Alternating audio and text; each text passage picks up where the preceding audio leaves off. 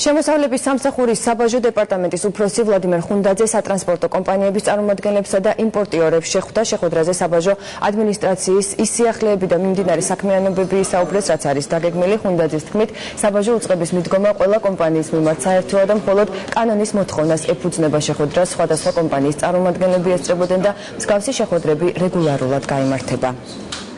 შეხვედრი ძალიან გაყოფილი ვარ.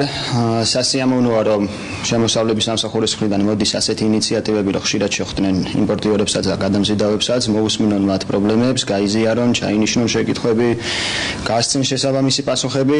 ასეთი ინტერაქციული შეხვედრები მისასალმებელია თუ ხშირად იქნება. ჩვენ თავგეგმეთ ეს შეხვედრა იმ მიზნით, რომ უშუალოდ მეწარმე სუბიექტებისგან მოგვესმინა რეალური სიტუაციის შესახებ, თუ რა პრობლემები ექნება ზოგადად საბაჟო საზღვრის კვეთისას, ასევე გაფორმების პროცედურების დროს.